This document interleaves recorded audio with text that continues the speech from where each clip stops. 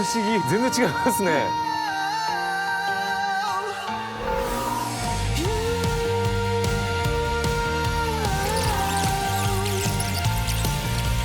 もう今商談してるんですか、まさにここで。すごいですね、すごい人。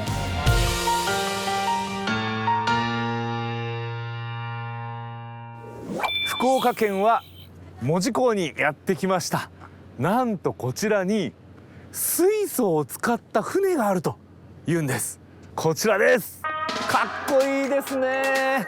この船が水素を使っているんです。そして待ち合わせをしております。社長、どうもよろしくお願いします。高尾です。よろしくどうぞ。いや、かっこよかったです。船もこのポーズも。いや、ありがとうございます。ありがとうございます。かっこいいですね。新しいことを今回始めましたんで、新しい形って言いますか、なかなか日本にない形をぜひ実現したいと思って、海に浮かぶ卵というイメージ、新しいものが生まれるということもちょっと一つコンセプトであったので、この船に水素が使われていると。そうですね。水素とバイオディーゼルのハイブリッドで走る日本初の旅客船ハナリア。トヨタの燃料電池モジュールが使われています。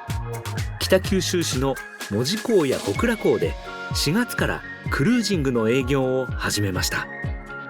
時には電池だけ、時にはハイブリッド、時にはバイオディーゼルだけ、もしくは水素だけ。兄弟の動き方ですね、それによって変えています。最適解という言い方をしています。はい、お願いします。早速クルーズを体験させていただきます。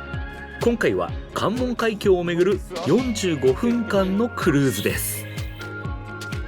さあ、まずはバイオ燃料モードで。そうですね、バイオ燃料と今水素と全部使って。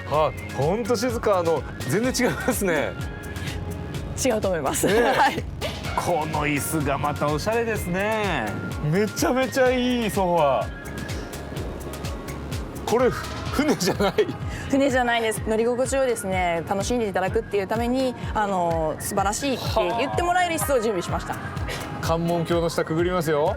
なかなかこう船に乗ってくぐってるところ、下から橋を眺めるっていうこともない。まだ採算は取れないんじゃないですか。なかなかというか相当厳しいです。それでもうやり続ける。やり続ける。でお仲間を作って、この船いいね、こういう船またどっかで作りたいね、乗りたいねって言っていただける方を増やしていくための一番地の船。では船の音はどれくらい聞こえるのか、船室に移動しました。ホテルのロビーみたい。この船室に来ると、バイオ燃料の近くにいますから、音は結構しますね。そうですね。バイオディーゼル発電機のモーターの音はこの辺にちょうど住んでるんで、モーターの音はします。ブーっていう。巌流島になります。これ巌流島だ。巌流島です。あら。宮本武蔵と佐々木小次郎が戦った場所ですね。見えます？佐々木小次郎と宮本武蔵。はい。どっちがどっちだかわかんないですけど。どっちでしょうね。遠くて見えないけど。ここで水素燃料電池だけで走るゼロエミッションモードに切り替わると、今ゼロエミモードに切り替えをしてまして、はい。小刻みなブルブルブルっていう揺れもなくなった。はい。今は燃料電池モードのみですね。不思議不思議。これ船の中でこれは初体験ですね。はい。全く止めた時はこうなりますけどね、これ動いててこれですからね、この静かさ。ウィーンってちょっと聞こえるのが、これ水素燃料電池間のモーターを増しているので、ハイブリッド車で感じるやつですね。電気モードになってフィーンってなる。外に出てみると、もうすごい静か。めちゃめちゃ静か。船でこうやって景色を見るの僕大好きですけど、よりこの自然の中に自分が入ってるような感覚になりますね。いや、トヨタさんがやるぞって言ってくれなければこの船できなかったんです。そうなんですか。船向けの水素燃料タンクってまだなかったんですよ。トヨタさんの未来の約40台分の水素が1回で必要なんですね。それだけ大きなタンクが必要。それを一緒に作っていきましょうっていただいたので、この船ができたんです。もうお互いありがたいっていうことですね。本当にありがとうございます。ありがとうございます。船を操舵するプロの感想は。普段から船を操舵されてるんですか？小型船の方に乗ってます。この船と音の違いっていうのはありますか？音の違いはありますね。ゼロエミモード体験されたと思うんですけど、すっごい静かだったですよ。波の音も船のエンジン音も他のですね、聞けると思うので、走ってるのかなレベルで。日本に1台しかない、この水素を使った船を担当してるっていうのはどんな感覚ですか？すごい誇らしいです。母親なんですけど、娘がすごい喜んでくれるんですね。お母さんかっこいいってで学校でも自慢してくれるので、で一回乗りに来たんですよ、船に。すごい大きいし静かだしかっこいいしってすごい喜んで、水槽船に乗ったって言って、ああいいですね。で頑張ろうって思いました。嬉しいですね。嬉しいです。この花リアは観光船だけではなく、日本財団のプロジェクトで洋上作業船として運航することにも成功。水素燃料電池だけで走るゼロエミッションモードで洋上風力発電所まで30キロ往復する実証実験を行いました。これまでですね、このトヨタの車に FC システム入れることいっぱいあったと思うんですけど、他社さんのこうやったプロジェクトなかなか難しい部分もあったんですか？船に使うということは水素ステーションがないところで燃料電池を使うということなので、どうしたらこの船で水素をまず使えるかっていうところからスタートをしました。水素を運ぶということが実は日本の法整備っていうのがまだまだ十分ではなくて、その法整備を変えていくっていうところにこのもてなしさんと一緒に仕事をさせていただきました。今さまざまなお客さんと取り組ませていただく中で、それぞれの水素に対する思いがあるんだなっていうことは日々感じています。トヨタで開発を担当した2人にも話を聞きました。いやー、この景色に似合わないですね、作業服。我々の清掃なんで。すいません、よろしくお願いします。よろしくお願いします。タンクモジュールと FC システムは船の後方にあります。秘密の入り口から特別に中を見せてもらいました。設置されていたのはヤンマーが作った船用の燃料電池システムです。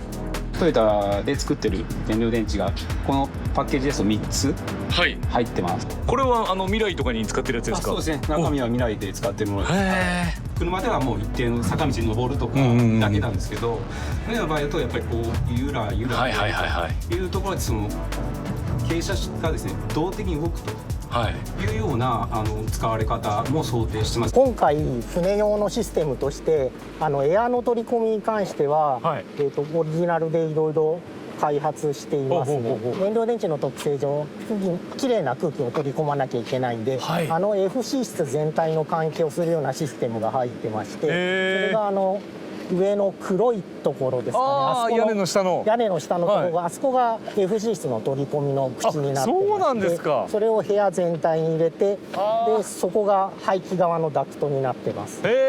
そこで水素漏れとか異常が発生した場合の水素を抜くような仕組みが別の配管になってまして、それが屋根の上に伸びているちっちゃいやつですか？そうですね。あそこからもしも異常が発生した場合は早急に水素を抜くような、そういった安全機構が入っている。じゃあサンタさんが来たらあそこから入るってことですね。黒いところからこっちの方がこっちの方が入りやすいと思います。反対側からね、反対側から入る。でもこれで船でできたってことはまた他の場所でもっていう可能性は感じてらっしゃるんじゃないですか？どこから水素を持ってきてどうやって活用していくかっていうのを考えた時の一つの可能性として、こういった可搬式のシステムが使えるんじゃないかっていった、そういったところの実証も含めて今回新しく開発したような形になってます。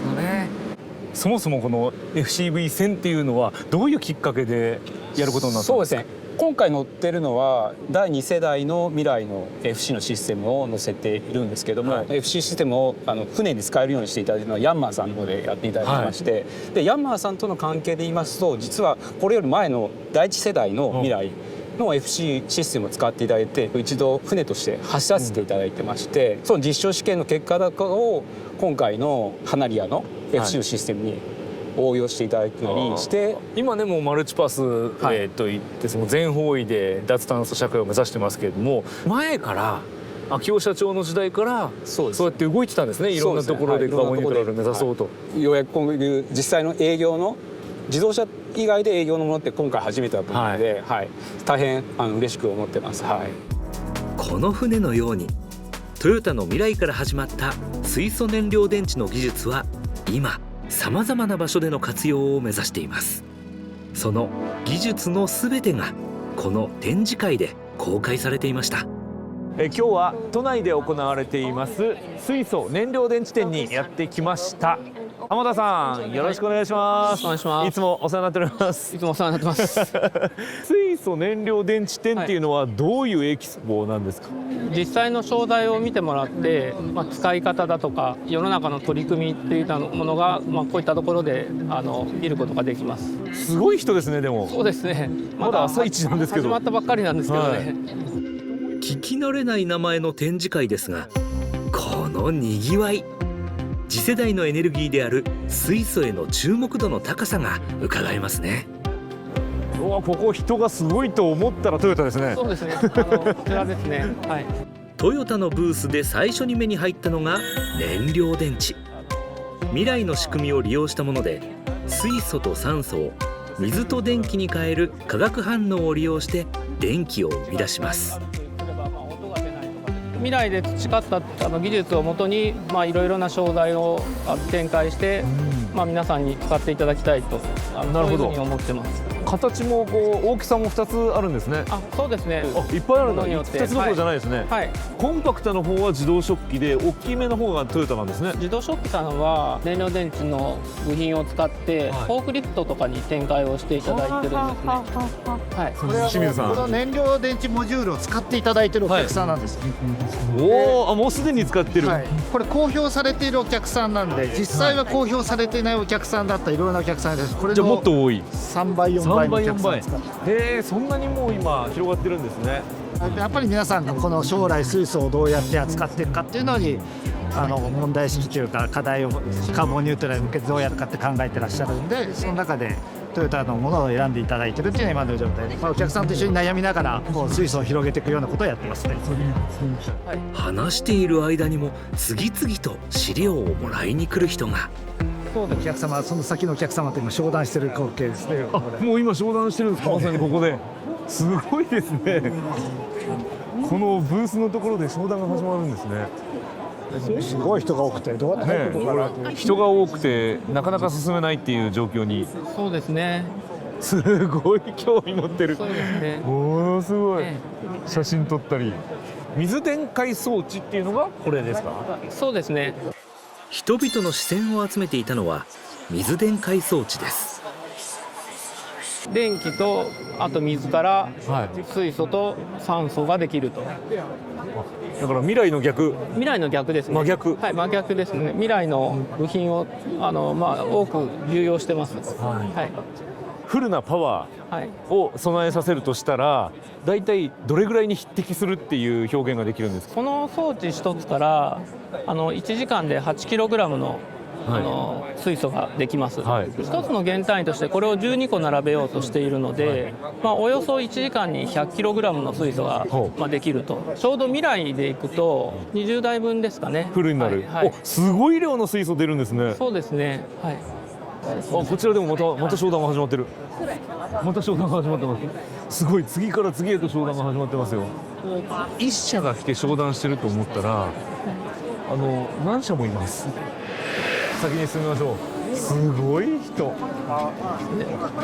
しかも普通に会社の CEO って書いてる人がいっぱいいるんです。すごい興味持ってますね、ここ。ここに展示されていたのは、先ほどの船ハナリアにも積まれていた水素貯蔵モジュールです。こちらのモジュールと発電機 FC スタックの発電機と一緒に持っていくと、水素が行き渡らないような場所でも、水素を使って電気を使っていただいたりだとか、水素を使っていただく。トヨタ合成さんがタンクを作るんですか？そうですね。はい。水素タンクはトヨタ合成さんで作っていただいて。やっぱり仲間と一緒にやるっていうのは大事なんですね。そうですね。我々だけではやっぱりやれることって限られていますので。林内さんも。給湯器もう水素で。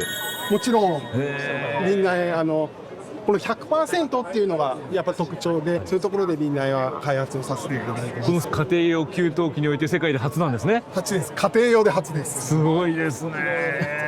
いろんなところでちょっと実証をやらさせてほしいっていうお声は本当にいただいてて、正直ちょっと断ってるところもあるんですけれども、やっぱり実証しないと実現しないというところもありますので、ぜひ頑張らさせていただいてます。トヨタさんと一緒にやらさせていただいてます。こちらこそよろしくお願いします。部長がよろしくお願いします。よろしくさあ、続いてこちらはエネファーム。エコジョーズ有名なやつとエネファーム、両方とも有名なやつが並んでますね。違う会社のものが隣り合って、この中で水素を作ってますね。そうかそういうことか、水素入れなくていいんだ。都市ガスから水素を取り出してます。都市ガスから水素を取り出し、その水素を使って燃料電池で発電することで電力を得られるという仕組みです。で、給湯器が横にあるのはその時に発生する化学反応してる時に発生する熱が余ってしまうので、その熱を有効活用して中に水が入ってますので温めて給湯器の方に無駄にしない、無駄にしない。本来だったらもっと無駄になっているエネルギーがたくさんある。そうですね、基本的に55% ぐらいが発電効率になるんですけども、それ以外のもの 45% が本当は捨ててしまうんですけど、なるほど、熱に有効活用することで 85% まで。へえ、考えましたね。今あるインフラを使って水素にしているという意味では導入もしやすいというかですね、非常な事態が起こった時でも、手元にこういった装置があると電気が使えると。そっか、ここから電気を作っちゃえば停電は免れたりとか。そうですね、これは必要ですね。これは必要ですね。トヨタ空商さんの取り組みですね。こちらはね、水素を作る、貯める、運ぶ、使う、全部ですね。そうです。もともとはトヨタさんのモジュールの機器をですね、国内外に販売しておりました。そのお手伝いをしていたんですけれども、それを発電機にしてくれる発電機メーカーさんだとか、あとはタンク屋さんだとか、そういった皆様をですねつなぎ合わせて作る、貯める、運ぶ、使うっていうのを事業として行っております。じゃあもう接着剤みたいな役割を皆さんがされてるっていうことですね。そうですね。強力な接着剤ですね。接着剤で。燃料電池は実はこちらのこれですか。これが入ってまして、これは自動ショップさんに。もともとフォークリフトが始まりで、それ2004年からトヨタ自動車さんと一緒に共同研究させていただいて、2016年に燃料電池フォークリフトというのは発売しました。でその技術を他にも転用できないかということで、ブラザーさんのあちらのピュアエネっていう低地型の発電機、発電機、そうです。中に自動食器さんの FC モジュールが入ってるんですね。へえ、楽しいですね。でも未来が変わっていくっていう。そうですね、次の発明をしようというか、そういったことにつながっていくように、全力でやっぱりやっていきたいなと思います。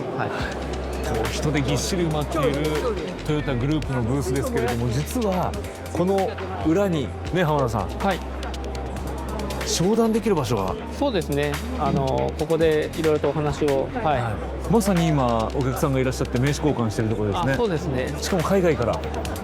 アメリカからこういったその現場感というか、これだけ盛り上がっている姿を見ていただけるという意味でいくと、水素の可能性を感じていただけるのかなと、思います。他社のブースも少しだけご紹介します。ジオラマみたいなの作っちゃった。さっきの一つ一つをつなげたらこうなるっていう。そうですそうです。これはやっぱり千代田加工さんの得意分野と。ものをモジュール化するっていうんですけども、工場で組んできて品質の高いものをお客さんに現地にお届けするというところは我々昔からですね工法として取り入れてきました。なるほど。ものを組み合わせて装置として完成させるというところに対して我々は強みを持っています。水素に関しましても石油関係からですね長らく水素に関して扱うところは知見がございますので、両者の強みが融合してこちらの奥にあるこれが完成したということですね。トヨタのものを使ってくださっている会社って結構あるんですね。そうですね。こちらにある会社様もうちの商材を使ってですね。トヨタのエンジンがFC スタックがエンジンみたいなものですので、エンジンだけ買ってきてもなかなかすぐに車ができないところがありますので、車のその動力として使えるように、隣に例えばバッテリーがあったりとか、冷却システムがあったりとか、そういうものを一緒にインテグレートしてモビリティに搭載可能ですということをご案内させていただいている展示でございます。大きな車もありますし、小さな車もありますし、電車もあるかもしれませんし、空も飛ぶかもしれませんし、いいですね。可能性が広がってますね。そうですね。改めまして、いろんな会社がいろんな水素の未来を考えているっていうのが分かりましたね。そうですね。もう本当に世界中のいろいろな会社の方々、あるいは自治体の方々が水素の可能性を考えて、いろんなことを展示していただいてるなと、そういうふうに思いました。こうやっていろんなところに派生して仲間もどんどん増えていってる中で、やっぱり基本に立ち止まると森蔵さん含めプロのドライバーたちが現場で水素を使って車を鍛え続けているっていう、まさに全部がつながってるような。そうですね、森蔵さんがやっていただいてる水素の取り組みから、全てが始まっているのかなと、そういうふうに思います。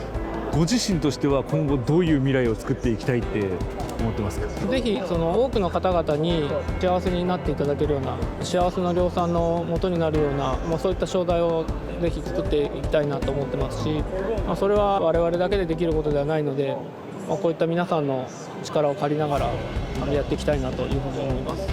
いろんな仲間と進めていけば、我々一般人からできるだけ水素がもっとより近づいた存在に感じられるようになるんですよね、きっとね。そうですね、水素が、今よりももっともっと身近な存在になってですね、カーボンニュートラルに貢献できるようなそういった方になればいいなというふうに思います。